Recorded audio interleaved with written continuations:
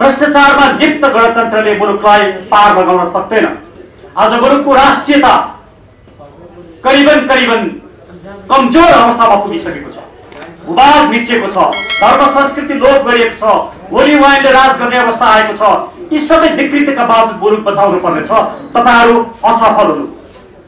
तपाईहरुले आफ्नो असफलता स्वीकार गर्नुहोस् र अब यो आन्दोलनलाई दबाउने, यो आन्दोलनको विरोध गर्ने र आन्दोलनको विरुद्धमा जाने काम बन्द गर्नुहोस्। तपाईहरुलाई म निवेदन गर्छु, म हार्दिक रूपमा अनुरोध गर्छु, यो आन्दोलनलाई सहयोग गर्नुहोस् र अब परिवर्तनको लागि तपाईहरुले साथ दिनुहोस्। अब तपाईहरुबाट मुलुक चल्न सक्दैन। तपाईहरुले राजनीतिक नेतृत्व लिन सक्नुहुन्न। तपाईहरु असफल भइसक्नुभयो। कम्तीमा यो कुरा मात्रै स्वीकार गर्नुभयो भने पनि तपाईहरुलाई केही स्थान बच्न सक्छ।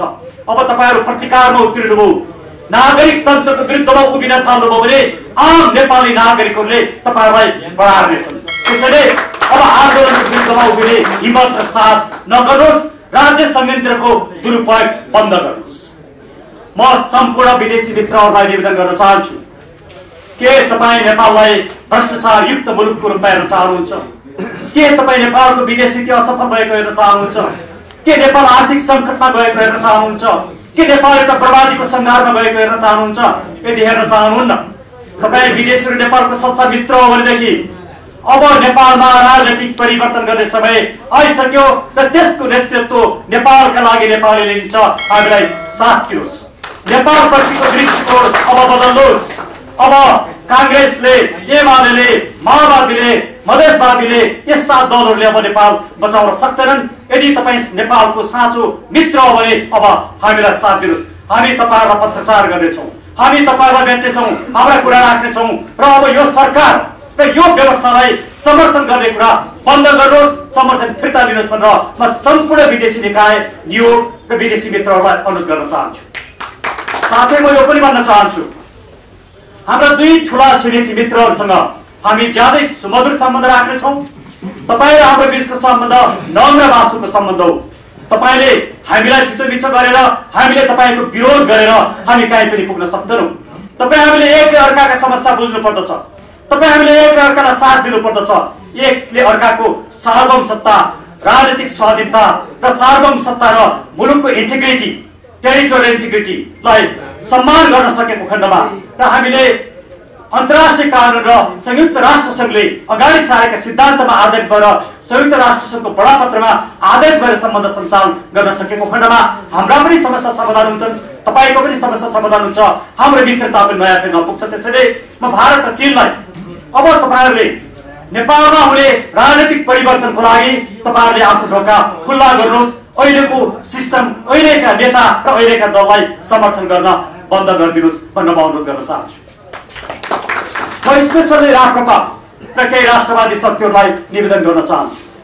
म केशरबहादुर विष्ट दाइलाई खुल्ला हृदयले भन्न चाहन्छु, तपाईँ एउटा पाहाडको राजनीतिज्ञ, धेरै कुरा बुझ्नुभएको राजनीतिज्ञ, सानातिना कुराहरूलाई बिर्सिनुहोस्, सानातिना मतभेदलाई बिर्सिनुहोस्। तपाईँ यो आन्दोलनको एउटा शीर्ष नेतृत्वको रूपमा बस्नुहोस्। तर यो आन्दोलन हाँक्ने यसको नेतृत्वको जिम्मा हामी लिन्छौँ। हामीलाई साथ र समर्थन दिनुहोस्। मुलुक छुटेको छ भने अब को नेता हुने भन्ने कुरोको विवाद होइन। अब हामी भोलि सत्तामा जानको लागि आन्दोलन गरिरहेका छैनौँ।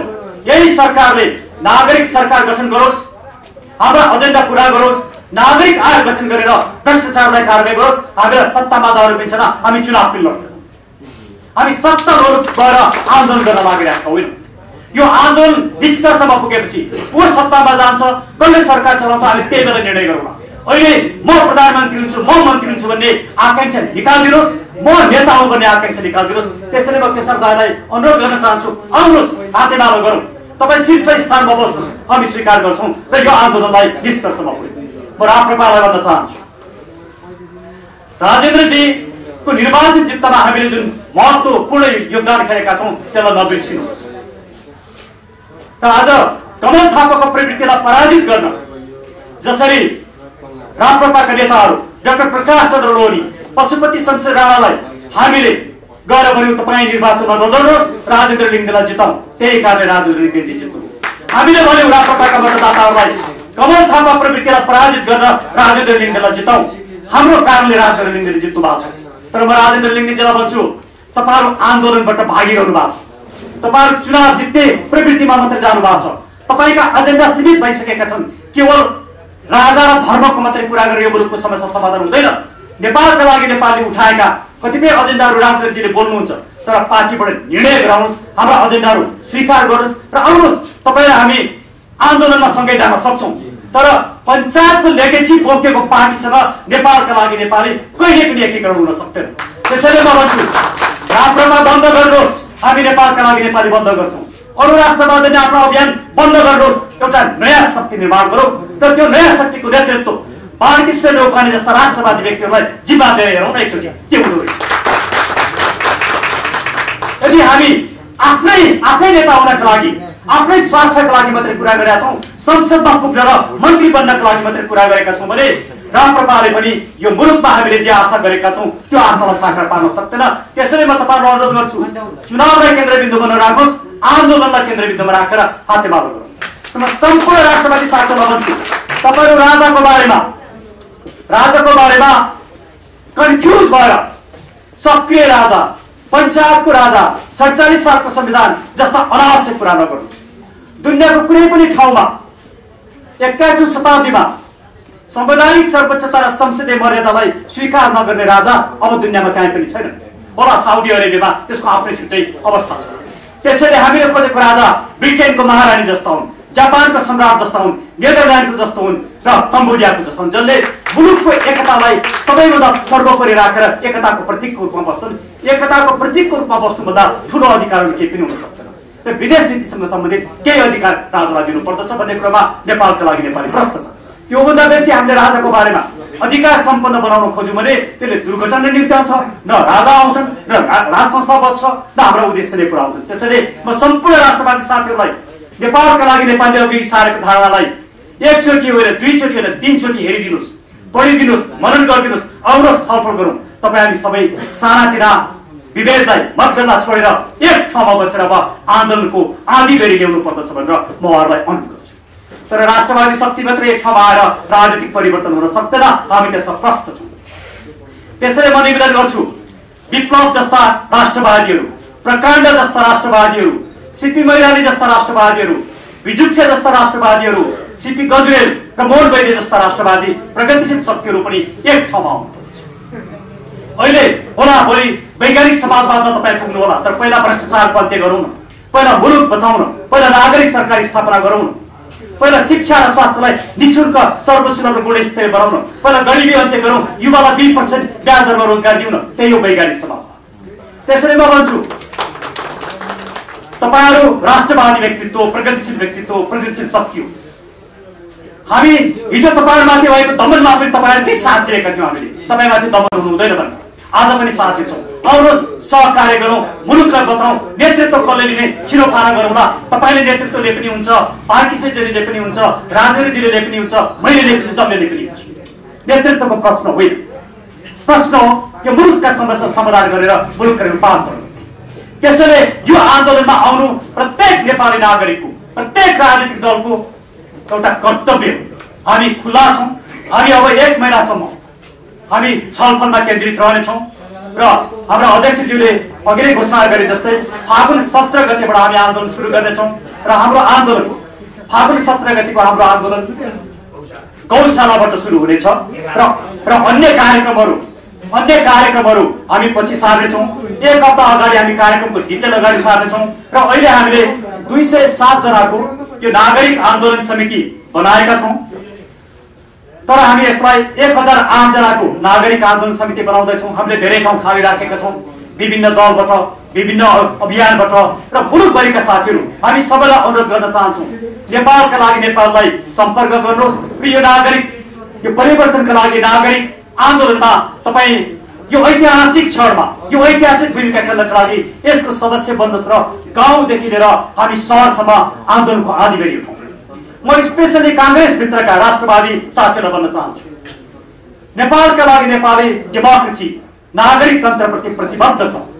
हामी प्रजा पनि होइनौँ, हामी जनता पनि होइनौँ, यो कुरा बुझ्न जरुरी छ। 2047 साल पछाडिको परिवर्तनले हामीलाई जनता बनायो, हामी जनता होइनौँ, हामी नागरिक हौँ। 2047 सालभन्दा अगाडि 19 सालले हामीलाई प्रजा बनायो, हामी प्रजा होइनौँ। त्यसैले नेपाली कांग्रेसभित्र थुप्रै डेमोक्रेसीमा आस्था राख्ने व्यक्तिहरू हुनुहुन्छ। अब तपाईँ आफ्नै पार्टीमा बस्नुहोस्, हामीलाई त्यसमा हामी स्वागत गर्छौँ। तर यो आन्दोलनका एजेन्डालाई समर्थन गरेर तपाईँ पनि यो नागरिक आन्दोलन समितिमा बस्नुहोस् र गाउँदेखि सहरसम्म हामी आन्दोलन उठाउँ। र म एमाले भित्रका साथीहरूलाई भन्न चाहन्छु, माओवादी भित्र पनि थुप्रै राष्ट्रवादी साथीहरू छन्। अब तपाईँले आउट अफ दि बक्स आउने बेला हो, अब निर्णय गर्ने बेला हो। अब तपाईँ माओवादी तपाईँको स्पेस होइन, एमाले तपाईँको ठाउँ होइन, कांग्रेस तपाईँको ठाउँ होइन, अबको ठाउँ हो नेपालका लागि नेपाली। त्यसैले सबै महत्वाकांक्षालाई छोडेर मुलुकलाई केन्द्रबिन्दुमा राखेर यो आन्दोलनमा एउटा आँधी बेरी ल्याएर मुलुकलाई परिवर्तन गर्नका लागि एक ठाउँमा बसौँ। हामी तपाईँसँग छलफल गर्छौँ र यो 1 महिनाभित्रमा हामी बृहत् रूपमा यो आन्दोलन समिति निर्माण गर्छौँ, मुलुकभरि संयन्त्र निर्माण गर्छौँ। त्यसका लागि सबैले हामीसँग समर्थन गर्नुहोस् भन्दै धेरै समय हामीले लिइसक्यौँ। म अरू धेरै कुरा राख्न चाहन्न। मुलुकको परिवर्तनको एकमात्र विकल्प हो निर्वाचनमा गएर अहिलेको जुन वर्तमान निर्वाचन प्रणाली छ त्यो निर्वाचन प्रणाली आफैमा भ्रष्ट छ, त्यो पैसा र गुण्डामा आधारित छ। जोसँग पैसा छ, जोसँग गुण्डा छ, जसले भ्रष्टाचार गर्न सक्छ, जसले राज्यमा लुटेको छ, त्यस्तो व्यक्तिले मात्रै चुनाव जित्न सक्दछ। यस किसिमको चुनाव प्रणालीलाई आमूल रूपमा परिवर्तन नगरिकन चुनावमा गएर केही सिट प्राप्त गरेर संसदमा पुगेर राजनीतिक परिवर्तन हुँदैन। त्यसैले मुलुकको राजनीतिक परिवर्तनको अबको आधारशिला र माध्यम भनेको केवल नागरिक आन्दोलन मात्र भन्ने ठहर गरेर त्यसको नेतृत्वको लागि मलाई जुन भूमिका र जिम्मेवारी दिएको छ त्यसका लागि म अध्यक्षज्यू लगायत नेपालका लागि नेपाली पार्टीलाई धेरै धेरै धन्यवाद दिन चाहन्छु। सबभन्दा पहिला म यो आन्दोलनका मूलभूत 7वटा एजेन्डा छन् र त्यो 7वटा एजेन्डालाई हामीले विस्तृत रूपमा 11 पृष्ठमा व्याख्या गरेका छौँ। मैले त्यो सबै व्याख्या सुनाउन सक्दिनँ समयको अभावले गर्दाखेरि, तर म हाम्रा 7वटा मूलभूत एजेन्डाहरू के हुन् भन्ने कुरा म राख्दछु र त्यस पछाडि म विभिन्न राजनीतिक दलहरू, व्यक्तित्वहरू, हाम्रा मित्र राष्ट्रहरूको विषयमा केही कुराहरू राख्न चाहन्छु। नेपालका लागि नेपाली पार्टी पृथ्वी पथ नेपालका लागि नेपाली पार्टीको आधारभूत वैचारिक र राजनीतिक मार्गनिर्देशक सिद्धान्त हो। यो आन्दोलनलाई हामीले परिवर्तनका लागि नागरिक आन्दोलनको नामाकरण गरेका छौँ, किनभने आज मुलुकमा राजनीतिक, आर्थिक, सामाजिक, सांस्कृतिक लगायत प्रत्येक क्षेत्रमा परिवर्तन चाहिएको छ। त्यसैले अबको परिवर्तन, अबको आन्दोलन भनेको एउटा ठुलो शान्तिपूर्ण र अहिंसात्मक क्रान्ति हुनेछ र त्यो क्रान्ति एकजना दुईजनाले गरेर पुग्दैन। आम नेपाली नागरिकहरूले यो क्रान्तिको लागि, यो आन्दोलनको लागि आफ्नो जिम्मेवारी र भूमिका लिनु पर्दछ भनेर हामीले यसलाई नागरिक आन्दोलनको संज्ञा दिएका छौँ। यसका मुख्य एजेन्डाहरू म पढ्न चाहन्छु। हाम्रो सबैभन्दा पहिलो एजेन्डा र यो मुलुकको सबैभन्दा ठुलो समस्या भ्रष्टाचार हो। भ्रष्टाचारको अन्त्य नगरेसम्म जोसुकै सत्तामा आए पनि, जतिसुकै परिवर्तन भए पनि त्यसले अर्थ राख्न सक्दैन। त्यसैले एक भ्रष्टाचारको अन्त्य। पञ्चायत कालदेखि आजसम्म सत्तामा बसेका राजनीतिज्ञ, उच्च पदस्थ कर्मचारी, न्यायाधीश तथा राज्यको सुविधा लिएका सम्पूर्ण व्यक्तिहरूको सम्पत्तिलाई स्वतन्त्र, निष्पक्ष र अधिकार सम्पन्न नागरिक आयोग गठन गरी छानबिन गरेर भ्रष्टाचारीलाई आजीवन कारावास र सर्वोच्च अदालतसम्मको सजाय हुने कानुनी व्यवस्था गर्ने। भ्रष्टाचारीबाट जफत गरिएको सम्पत्ति युवा रोजगारी, निःशुल्क गुणस्तरीय एवं सर्वसुलभ शिक्षा र स्वास्थ्य, गरिबी नियन्त्रण, महिला सशक्तिकरण र सुकुम्बासी समस्या समाधानमा लगाउने। हामीले यो काम गर्न सकेनौँ भने निर्वाचनको माध्यमबाट जोसुकै सत्तामा आओस्, जतिसुकै सरकार परिवर्तन हुन्, त्यसले कुनै अर्थ राख्दैन। त्यसैले आज मुलुकलाई केन्द्रबिन्दुमा राखेर हामी प्रत्येकले आफ्ना व्यक्तिगत महत्वाकांक्षा, पद लेलुक्तालाई छोडेर मुलुकलाई केन्द्रबिन्दुमा राखेर भ्रष्टाचारको अन्त्य गर्नुपर्नेछ। दोस्रो, निर्वाचन प्रणालीमा आमूल परिमार्जन गर्नुपर्छ। प्रत्यक्ष निर्वाचित प्रधानमन्त्री, सांसद, मन्त्री बन्न नपाउने तथा छरितो र मितेबेई अर्थात् प्रधानमन्त्री सहित 11 जनाको मन्त्रीमण्डल, सांसद संख्या 115 सम्म मात्रै रहने, विदेशमा बस्ने नेपाली नागरिक समेतले ई भोटिङ गर्न पाउने र निर्वाचन प्रचार प्रसारमा आमूल परिवर्तन गरी गुण्डा, छलकपट, पैसा मतदाता किनेर निर्वाचन जित्ने प्रणालीको अन्त्य गर्ने। जबसम्म यो काम गर्न सकिँदैन तबसम्म गरिने प्रत्येक निर्वाचन एउटा झुटो, नागरिकको आँखामा छारो हाल्ने काम हो, मुलुकका समस्या समाधान नगर्ने एउटा षड्यन्त्र मात्रै। तेस्रो हाम्रो महत्त्वपूर्ण एजेन्डा, र यो एजेन्डाका बारेमा बोल्दाखेरि म अरु केही कुरा व्याख्या पनि गर्न चाहन्छु। नागरिक तन्त्र सहितको राज संस्था, सार्वभौम सत्ता सम्पन्न नेपाली नागरिकहरूको राष्ट्रिय एकताका प्रतीकको रूपमा संवैधानिक सर्वोच्चता र संसदीय मर्यादाभित्र रहने तथा मुलुकको विदेश नीतिमा अहम भूमिका निभाई राष्ट्रिय अक्षुण्णता कायम राख्न प्रतिबद्ध नागरिक तन्त्र सहितको आधुनिक राज संस्था स्थापना गर्ने। हामी यो कुरामा प्रष्ट छौं। हामी राजावादी होइनौं, हामी राजतन्त्रको पक्षमा छैनौं, हामी 2047 सालको संविधान बिउताउने पक्षमा पनि छैनौं, हामी राजालाई राजनीतिक अधिकार दिएर द्वन्द्व सृजना गर्ने पक्षमा पनि छैनौं। त्यसैले म सम्पूर्ण राष्ट्रवादी मित्रहरूलाई के निवेदन गर्न चाहन्छु भने 2047 सालको संविधानमा फर्केर अब मुलुकमा परिवर्तन हुन सक्दैन। राजालाई राजनीतिक अधिकार दिएर, राजालाई शक्तिशाली बनाएर मुलुकको समस्या समाधान हुन सक्दैन। त्यस किसिमको राजाको प्रयोग भइसकेको छ। नेपाली नागरिक नै सार्वभौम सत्ता सम्पन्न नागरिक हुन्। राज्य शक्तिको स्रोत नेपाली नागरिक नै हुन्, राजनीतिक शक्तिको स्रोत पनि नेपाली नागरिक नै हुन् भन्ने यी तीनटा आधारभूत राजनीतिक सिद्धान्तलाई स्वीकार गर्ने राज संस्था मात्रै 21औं शताब्दीको आधुनिक राज संस्था हुन सक्दछ।